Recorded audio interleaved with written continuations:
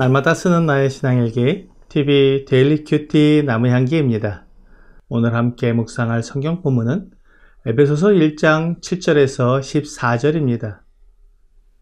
우리는 그리스도 안에서 그의 은혜의 풍성함을 따라 그의 피로 말미암아 속량 곧 죄사함을 받았느니라.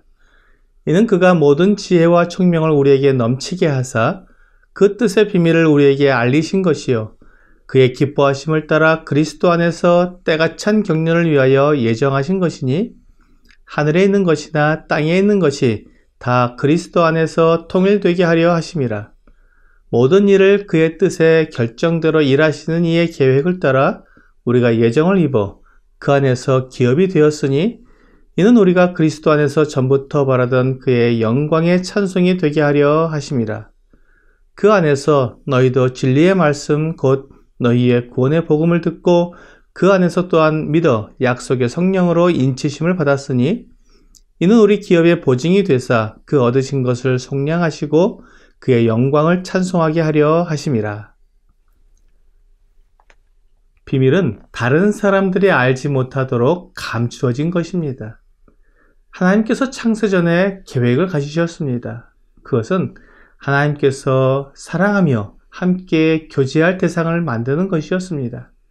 하나님은 그 대상을 사람이라고 부르셨습니다. 하나님은 사람을 만드실 때 하나님의 형상을 따라 하나님의 모양대로 만드셨습니다. 창세기 1장 26절은 하나님이 이르시되 우리의 형상을 따라 우리의 모양대로 우리가 사람을 만들고 그들로 바다의 물고기와 하늘의 새와 가축과 온 땅과 땅에 기는 모든 것을 다스리게 하자 하시고 라고 말씀하고 있습니다. 하나님의 형상대로 만들어진 사람들이 하나님을 대신해서 이 땅을 다스리게 하신 것입니다.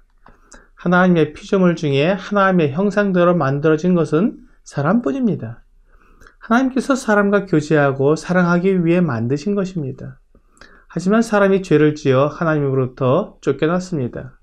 그 결과 사람은 더 이상 하나님과 교제를 나누며 사랑할 수 있는 대상이 될 수 없게 되었습니다.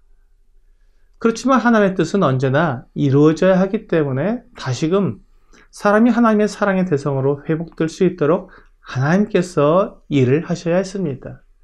하나님께서 사람을 죄에서 구원하시는 일입니다. 하나님께서 어떻게 사람들을 구원하실지 계획을 가지시고 계시는데 이 구원 계획을 하나님께서 비밀로 감추셨습니다.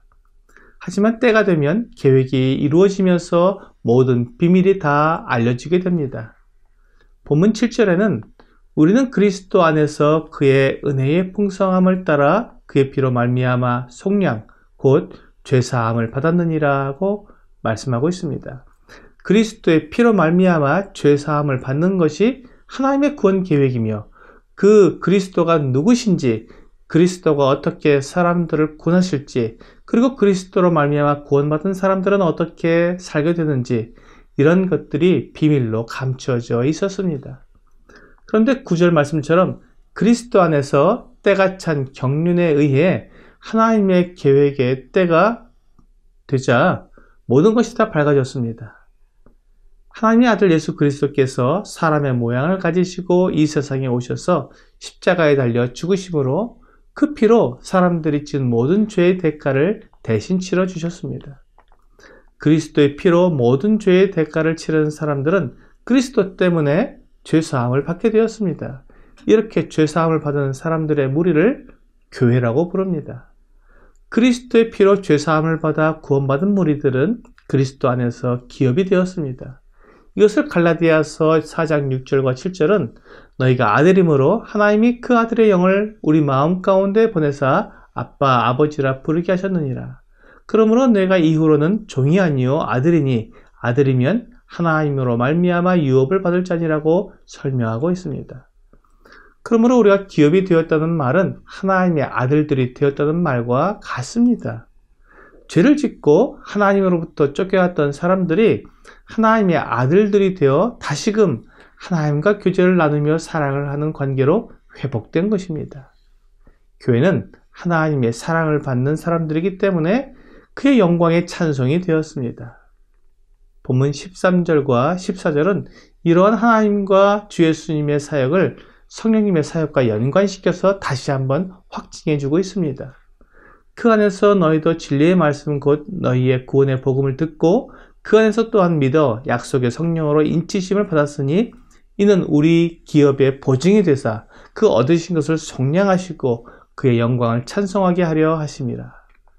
그리스도 안에서 하나님께서 계획하신 구원 계획의 내용을 듣고 그것이 어떻게 이루어졌는지를 확인하고 믿은 사람들은 성령님으로 인치심을 받은 자가 되었습니다. 인침을 받았다는 말은 도장을 찍었다는 말입니다.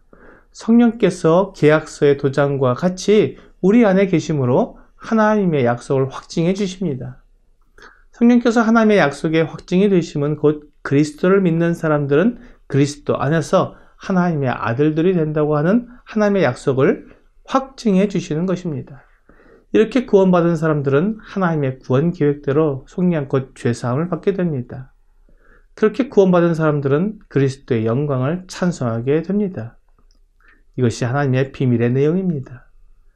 하나님은 이것을 하나님의 이름으로 약속해 주셨고 주 예수님께서 그 계획을 실행하셨으며 성령님께서 보증하셨습니다.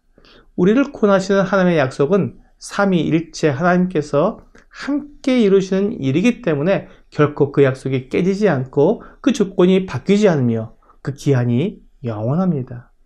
창세전에 그리스도 안에서 갇히신 하나님의 계획을 무시하지 않고 그 모든 것을 믿으며 그리스도께서 약속하신 약속된 구원자이심을 믿고 그 안에서 구원을 받아야 합니다. 오늘의 적용 질문을 보겠습니다. 하나님이 알게 해주신 비밀이 무엇인지 설명해 보십시오.